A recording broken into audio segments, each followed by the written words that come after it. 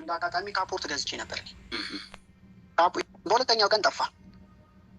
ኦኬ በሁለተኛው ቀን ስፋር ምስር እዚህ ጋር አስቀምጬው ነበር። የሶስታችን ያለ ነው ማን ይወስደዋል? በዚህ ተጨቃጨቅን ከሷ ጋር። ለእኔ ጥያቄ ሆነብኝ። ምስር ይሄ ነገር እንዴት ነው ብላት የኪሩቤል ማዘርን እየጠረጠርክ ነው? አይ እኔ ይሄንን እቃ እዚህ ጋር ነበር ያስቀምጡት፣ አሁን ግን እንደዚህ ሆኗል። ስንመለስ ከምስር ጋር የሆነ እቃ ደርሰን የምንመጣው ነገር ነበረ። ደርሰን መጣ። ስንመጣ እንዳሰብኩት ክፍሌ ገብተው መሳቢያ እየከፈቱ ያስቀመጥኩትን እቃ እያወጡ ሲያዩ ካሜራው ላይ ነበር ምናገ የነበረውና አሁን የተወሰነ ኪሎሜትር ከደባስ በኋላ በገቡ ገንዘብ እኮ ገቢ ያለውን ገንዘብ ገቢ ሳይሆን አላንደፋት ብሎ መኪና ዳር አዞራ ቆሜ እንዴት ሲባል አልተከፈለልኝ ገንዘብ ተብሎ አስክሬኑ አውርዱ እስከማለት ድረስ ሲያገድደን ነበረና እኛ የሚገባበትን አጥተን ያንን ቸርቹ ያዘጋጀውን መኪና አቁመን እንደገና ሌላ በደላላ አማካኝነት በ65,000 ብር የተበድረን ነው። አስክሬኑ በስቃይ ተስቃይ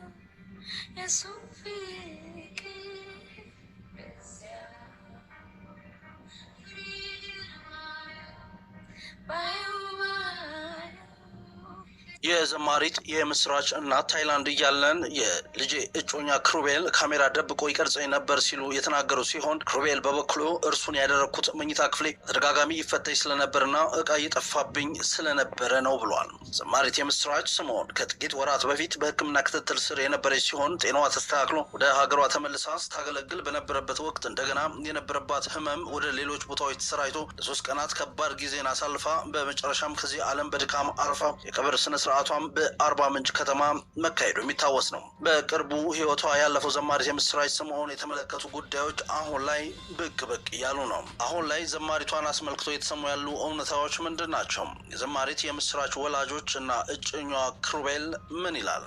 በህይወት ያጣናትን ዘማሪ የምስራች ስምኦንን ተከትሎ ምን አዲስ ነገር አለ የሚለውን እንደሚከተለው እንመለከተዋለን። እኛ ፓስፖርት ያለን ይዘናት እንሄዳለን አሉ። ከዛም እናቷ ከ1 ወር በኋላ እንድትሄድ አድርጓት ስለተሰበሰበው ገንዘብ ስለ ወጪውም ምንም አይነት ነገር እኛ የምናውቀው ነገር የለም ብለዋል። የዘማሪዋ እጮኛ ክሩቤል ይህ እውነት ነው፣ ነገሮች በሙሉ እኔ ነበርኩ የምከታተለው፣ ምክንያቱም ከህመሟ ክብደት አንጻር ነበር ብዙ ቤተሰቦቿ እንዳያውቁ የተደረገው ብሏል። የምስራች አባት ባንኮክ ከእርሷ ጋር የሄዱት 3 ናቸው ያሉ ሲሆን ዘማሪ ይስሐቅ፣ የምስራች እጮኛ ክሩቤልና የዘማሪ ይስሐቅ ዘመድ ኮክ የምትባል ልጅ አብረዋት ሄደዋልም ብለዋል። የሶስቱም ወጫቸው የተቻለው በዘማሪት የምስራች እንደሆነ ደግሞ የዘማሪት የምስራች እናት ተናግረዋል።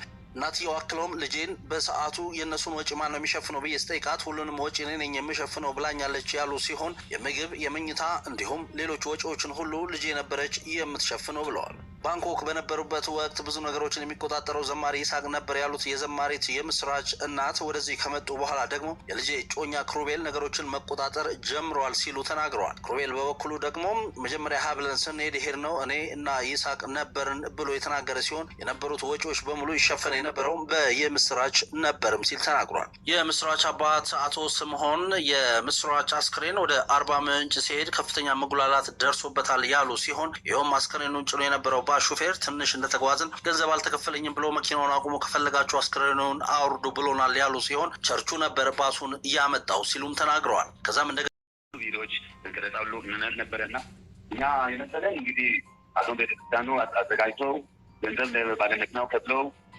እንደሸኙ ነው የምናውቅ የነበረውና አሁን የተወሰነ ኪሎሜትር ከተጓዝን በኋላ በገቡ ገንዘብ እኮ ገቢ ያለውን ገንዘብ ገቢ ሳይሆን አላንደፋት ብሎ መኪና ዳር አዞራ ቆሜ እንዴት ሲባል አልተከፈለልኝ ገንዘብ ተብሎ አስክሬኑ አውርዱ እስከማለት ድረስ ሲያገድደን ነበረና እኛ የሚገባበትን አጥተን ያንን ቸርቹ ያዘጋጀውን መኪና አቁመን እንደገና ሌላ በደላላ አማካኝነት በ65,000 ብር የተበድረን ነው። አስክሬኑ በስቃይ ተስቃይ ውሃ እንኳን ሳንጠጣ ውሃ ምሳ ሳንበላ ቁርስ ሳንበላ ውሃ ሳንጠጣ በዛ አስክሬኑን ላይ ተሸክመን ሙሉ መኪናት ስንፈልግ አውርደን። ሰላም ውድና የተከበራችሁ የዜቴ ቤተሰቦች እንዴት ናችሁ? ሰላማችሁ ብዝት ትርፍርፍ ይበልልኝ። ዛሬም በአዲስ ነገር መጥቻለሁ። እኔ ጋር ሁሉ ሰላም እግዚአብሔር ይመስገን። እንዴት ናችሁ? እንግዲህ መግቢያ ላይ እንደሰማችሁት የምስራች የዘማሪት የምስራች ባለቤት ወይም እጮኛ እንግዲህ መጀመሪያ ላይ ምን ሲል እንደነበረ ሰምታችኋል ማለት ነው። በለቅሶ ዕለት ምንድን ያለ የሰማችሁ ሰዎች ካላችሁ ማለት ነው እኔም ሁሉንም አንጀት የበላና ልብ የሰበረ ሀዘን ነበረ ሲሰማው የነበረና የተናገረው ነገር ሁላችንም ሰምተናል ማለት ነው። አሁን ግን ደግሞ የምንሰማው ደግሞ አዲስ ሌላ ነገር እየሰማን ነው ያለ ነው ማለት ነው። እንግዲህ መግቢያ ላይ የሰማችሁትን ጉድ ሰምታችኋል ማለት ነው። እና ያው ቀንጨብ አድርጌ ያስገብቼላችኋለሁ። በጣም በሚያሳዝን ነገር አሁን ደግሞ በገንዘብ እየተጣሉ ናቸው ወላጆች ማለት ነው። ወላጅና እሱ እንዲሁም ደግሞ በካሜራ ሲቀርጸኝ ነበረ ሲሉ ሰምተናል ማለት ነው። እናት በካሜራ ደብቆ ቀረጸኝ ሲሉ ቅሬታቸውን አቅርበዋል። እንዲሁም ደግሞ የተሰበሰበውን ገንዘብ በአጠቃላይ ከእናቴ ተበድሬ ነው በማለት ገንዘቡን ወስዷል። አስክሬን እንኳን መሸኛ እንኳን አልሰጠንም እያሉ ወቀሳ እየቀረበበት ነው ያለው ማለት ነው። እሱም ደግሞ መልስ ሰጥቷል እና ሁለቱንም እንግዲህ አንድ ላይ በማድረግ ማለት ነው ተጠይቀዋል ማለት ነው። በጣም ያሳዝናል ማለት ነው። እውነት ለካ ፍቅር የሚባለው ነገር የውሸት ነው ሁሉም ነገር ማለት ነው። ምክንያቱም እኛ መጀመሪያ እንደዛ ሲያለቅስ እሱ እንደዛ ሲሆን ያየነው እኔም እመጣለሁ በቅርብ እመጣለሁ ያለው ነገር ህዝቡን በእንባ ነው ያስረጨ ማለት ነው። ግን ውስጡ ሌላ ነው። ለካ ሁሉ ነገር ፌክ ነው ማለት ይቻላል። እና ብዙ ነገር አሁን ቤተሰብ እንግዲህ ደግሞ ቅሬታቸውን አውጥተው እንግዲህ አነጋጋሪ ሆኗል ስለሷ አሟሟት ማለት ነው። በገንዘብ ነው ጥላቸው።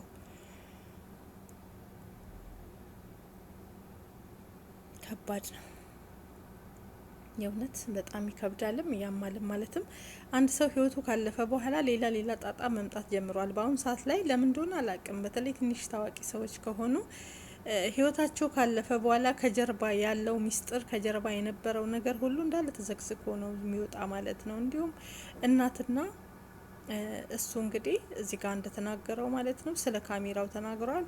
አዎ ብሏል። ትክክል ነው፣ እውነት ነው። እኔ ካሜራ ደብቄ ሄድኩት። መጀመሪያ ጃኬት ገዛው። ነገሩ ሲጀምር ጃኬት ገዝቼ ጃኬቱ አጠረኝ። ሲያጥረኝ ጊዜ ለፋዘር ይሆናል ብዬ አስቀምጨው ወጣው። እንግዲህ ይሄ ሁሉ የሆነው ባንኮክ በነበሩበት ሰዓት ነው። ከዛን አስቀምጨው ወጣው። ስመጣ ጃኬቱ የለም፣ ጠፍቶ አገኘሁት። ከዛ እንዴ ማን ወሰደው? ከኛ ውጭ ማንም የለም፣ ማን ወሰደው ብዬ ዝም አልኩኝ። ከዛም ሌላ ደግሞ አሁንም ተደጋጋሚ እቃዎች ሁሌ ያስቀመጥኩት ነገር አላገኝም። እኔ ግራ ገባኝ። ለምስራችን ብነግራት አታምነኝም። ያለ ነው እናትየውና እኔ እሷንን ያለ ነው። ምስራች ደግሞ ይህን ነገር አታደርግም። በጣም ግራ ተጋባው። ለዛ ከዛን ምን ነው ማዘርን ጠረጠርካት እንዴ ስትል አይኔ ማዘርን መጠርጠሪያ አይደለም ግን እንዴት ምን ወሰደው ብዬ አልኩና ዝም አልኳት። በቃ እንደዛ ብዬ አለፍኩኝ። በተደጋጋሚ ሲሆንብኝ ጊዜ ወጥቼ ሱቅም ወጥቼ የሆነ ነገር ገዝቼ ምግብም ገዝቼላት ልመለስ ባልኩ ሰዓት ላይ እንደዚህ አይነት ነገር ያጋጥመኛል። እያስቀመጥኩትን ነገር አላገኝም። ብዙ ነገሮች ይጠፉብኛል፣ ይፈታተሻሉ። ከዛም ግራ ሲገባኝ በቃ ይሄን ነገር ካሜራ ብዬ ስልኩን አስቀምጬ እኔና ምስራች ምግብ ስለሚያስፈልጋት አብረን ምግብ ልገዛላት አብረን ሄድን። እናት ቤት ነበሩ። ከዛም ካሜራ አስቀምጬ ወጣው። ካሜራ አስቀምጬ ስወጣ እሳቸው እየከፈቱ ሁሉን ነገር ሲፈትሹ አየዋቸው። ከዛም ወስጄ ለምስራች አሳየዋት። ከዛ ምስራች ደግሞ ደነገጠች። እንዴት አድርጋለ ስትል ብነግርሽ አታምንኝም፣ ምን ላድርግ? ስለዛም ነው ካሜራ አስቀምጬ ማንነቱን ማወቅ የፈለኩት። ብዙ ነገር ይጠፋብኛል፣ ግን ብነግርሽ ስለማታምኝኝ ግራ ገባኝ። መጀመሪያ ጃኬት ነው የጠፋ። ከጃኬቱ በኋላ ብዙ ነገሮች ተፈትሸው ምናምን ነው ማገኘው። አንቺ እንደማታደርጊ ያውቃለሁ። ግራ ስለገባኝ እስኪ ብዬ ካሜራ አስቀመጥኩኝ፣ እንድታምኝም ነው ብዬ አልኳት። በጣም ግን ከባድ ነው እውነት። አረ እንደዚህ ልጃችሁ ካገባች የልጃችሁ እጮኛም ሆነ ባልም ሆነ አብሮ አንድ ላይ መኖር በጣም ያስጠላል። በተለይ ገንዘብን በተመለከተ ነገር የኢትዮጵያ ሕዝብ አዋጥቶ የሰጠው ገንዘብም እሱ እጅ ላይ ሲጀመር እናት አጥፍተዋሉ። ምንም ሆነ ምንም መፈተሽም የለባቸውም፣ ጃኬቱንም መውሰድ የለባቸውም። ያው በልጄ ገንዘብ ነው ለልጄ በተዋጣው ገንዘብ ነው የሚገዛው በማለት ነው ይሄንን ነገር እና እንደገና ደግሞ አስክሬን ሁሉ ተንገላቶ ሐውልቷም አልተሰራላትም። የሚከፈል ብር ጠፍቶ መንገድ ላይ ከሄደ በኋላ እንግዲህ አልከፍልም ሁሉ ብሎ ማለት ነው ሹፌሩ አውርዱ አስክሬን ብሎ እንደገና በደላላ ሌላ ወደ 40 ምንጭ ሲሄድ እንግዲህ ሽሸኝ በጣም ጉደኛ ሽኛኝት ነው። ግን መንገድ ላይ ግን በጣም በስቃይ ነው። ቀብር ሁሉ ሰዓት አልፎ ምናምን ተሰቃይተው ነው እዛ ተጉላልቶ ነው አስክሬኗ የደረሰው አርባ ምንጭ ማለት ነው። እንደተናገሩት እንግዲህ በምን በብር የተነሳ ገንዘብ ሹፌሩ ገንዘብ ካልሰጣችሁኝ አልንቀሳቀስም አለ። አውርዶ አለ። እንደገና ሌላ መኪና መጥቶ ተፈልጎ ከዛ በኋላ ነው የሄደው ማለት ነው በሌላ መኪና እና በጣም ያሳዝናል። ብቻ ከባድ ነው። በተለይ ህይወት ካለፈ በኋላ የሚደረገው ነገር በቤተሰብ መካከል ላይ ያለው ነገር በጣም ይከብዳል፣ ያሳዝናል፣ ልብም ይሰብራል። ለመስማት የሚያስጸይፍ ነገር ነው። ሁሉ ነገር ውሸት ነው ማለት ይቻላል። እውነት በጣም ነው እኔ በጣም ነው የገረመኝ ማለት ነው። እና ከባድ ነው ብቻ በስማ ሰው ስንባል እኮ ሰዎች አይደለንም አይደለ? ለሳቸው እንደ አንድ እንደ ትልቅ ነገር ስለሆነ ነው የምጠይቀው። እሺ እና ምን አለ መሰለ ነገሩ ሲጀመር እንደ አጋጣሚ ካፖርት ገዝቼ ነበር። የገዛሁት ካፖርት ለእኔ አልበቃኝ። እዛ ምስር አይ በቃ ይሄ ለፋዘር ይሆናል በቃ ለአንተ ካልሆነ ከተባለ ኦኬ ብዬ እኔ ቁምሳጥን ውስጥ አስቀመጥኩት። በሁለተኛው ቀን ጠፋ።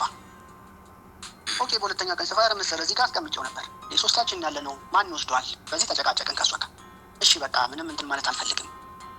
ሱቅ ደርሼ ስመጣም የሆነ ቦታ ደርሼም ስመጣ የኔ ክፍል ዩሌ እንደተፈተሸ ነው። በቃ ቀን ያስቀመጡበትም ጋር አላገኘው። እንደ አእምሮ እንዴት ማን ምናምን እላለሁ። ይሄ ነገር ምስር እዛ ሆና ቢሆን አሁን ምስር ገብታ ፈትሻቸው አየች ምናምን እላለሁ። ግን እኔና ምስር በወጣን ስንወጣም ያ ነገር እንደቀጠለ ነው። ለእኔ ጥያቄ ሆነብኝ። ምስር ይሄ ነገር እንዴት ነው ብላት የኪሩቤል ማዘር እየጠረጠርክ ነው? አይ እኔ ይሄንን እቃ እዚህ ጋር ነበር ያስቀመጡት፣ አሁን ግን እንደዚህ ሆኗል። በቃ ያ ጭንቅላቴ ውስጥ አለ እና እሳቸው እንደሚገቡ እርግጠኛ ነኝ። ማለት እኔ ባለቤት ሆኜ የክፍሉ ባለቤት እኔ በሌለውበት ተገብቶ ክፍሌ ሲፈተሽ ለእኔ በጣም ትልቅ ሽ ምን ተብሎስ እንደዚህ እየተደረግኩ ነው ብዬ እላለሁ። አይ በቃ እሺ በነጋትም ስለማታምን በቃ ችግር የለውም አልኩና ስልክ አስቀምጬ የወጣው ካሜራ የተከፈተ ስንመለስ ከምስር ጋር የሆነ እቃ ደርሰን የምንመጣው ነገር ነበረ። ደርሰን መጣ። ስንመጣ እንዳሰብኩት ክፍሌ ገብተው መሳቢያ እየከፈቱ ያስቀመጥኩትን እቃ እያወጡ ሲያዩ ካሜራው ላይ ነበር። ምስር መጣች። እንዴት እንደዚህ ያደረግ? በቃ እኔ አንቺን ላሳይሽ ነው እንደዚህ ብልሽ ስለማታምኝ በዛ ችግር ምክንያት ይሳጋም ደውዬ በቃ ትኬት ትቆርጥልኝ፣ እኔ ከዚህ በላይ እዚህ መቀመጥ አልፈልግም። ይሄ እነ ይሳቅ ሁሉ ትኬት ተቆርጦ ቤተሰብም የኔ ቤተሰቦችም ተው ቢያንስ እሷ ልትታከም ሄደችው ለእሷ አስባውን በማል ቤት እሷ ነች የምትጎዳው ተብሎ በስንት ጭቅጭቅ ነው የተቀመጡት። ነገሩ የተጀመረው እንደዚህ በላው ይቅርታም ጠይቀው ይቅርታ ተጠያይቀንም ምክንያቱም ከዛ በፊትም እዚህ ያሉ ለሰዎች የልጅን ብር ሊበላ ሄዷል ብለው በተናገሩት ምክንያት ሰዎች ለእኔ ነግረውኝ በዛ ነገር አዎ ብያለሁ፣ ምክንያቱም እኔን ይዘኝ ስላልሄድ ብሯን ሊበላ ነው ብያለሁ ብለው ለራሴ ይቅርታ ጠይቀውኝ የፈረንጆቹ አዲስ ዓመት እና አክብር ብዬ ከባድ ነው። ሰማችሁ አይደለ? የልጄን ብር ሊበላ ነው፣ የልጄን ብር ለመብላት ነው እኔን ጥሎ እሷን ይዞ የሄደ በማለትም ብቻ ከባድ ነው ሁሉም ነገር ብቻ በጣም ያሳስባል። ሰው ከሞተ በኋላ አሁን እንግዲህ በገንዘብ እየተባሉ ናቸው ያሉት ማለት ነው። እኔ በእናትየው በጣም ደብሮኛል ማለት መፈተሽ የለባቸውም። አዎ ገንዘብ ለልጃቸውን የኢትዮጵያ ሕዝብ ነው የሰበሰበው። እሱም መብላት የለበትም። ሀቅን ጠብቆ ፈጣሪን ፈርቶ በሀቅ ከሰራ የስራ ካልሰራ ይተው እንጂ እናት ግን የአማችን የልጃቸውን ባል የተባለውን ሰውዬ ቤት ሂደው ክላስ መፈተሽ ምናምን በጣም ይደብራል። አንዳንድ እቃዎች ማንሳት ለስምም ጥሩ አይደለም። ይሄ ቅሌት ነው። በጣም ነው የሚደብር። በጣም ያስጠላል። አይደረግም፣ ነውር ነው። እንደ ሌባ እየሄዱ የሰውን ክላስ መፈተሽ በጣም አጸያፍ ነገር ነው ማለት ነው። እና ብቻ ከባድ ነው። እንግዲህ መጨረሻው እሷ ከሞተች በኋላ ሌላ ጉድ መጥቷል ማለት ነው። ሰላማችሁ ይብዛ። ወዳችኋለሁ። በላይክ በሼር እንትን በሉ። ላይክ ሼር ሰብስክራይብ አድርጉ። የምወዳችሁ ማለት ነው። አዳዲስ ነገር ሳገኝ ሁሌም ይዤላችሁ እመጣለሁ። እወዳችኋለሁ። ሰላማችሁ ይብዛ ብዬ በዚህ ልሰናበታችሁ። ታሪኩ በጣም ረጅም ነው። እንግዲህ ይሄ በቃችኋል ማለት ነው። ያሳዝናል በጣም።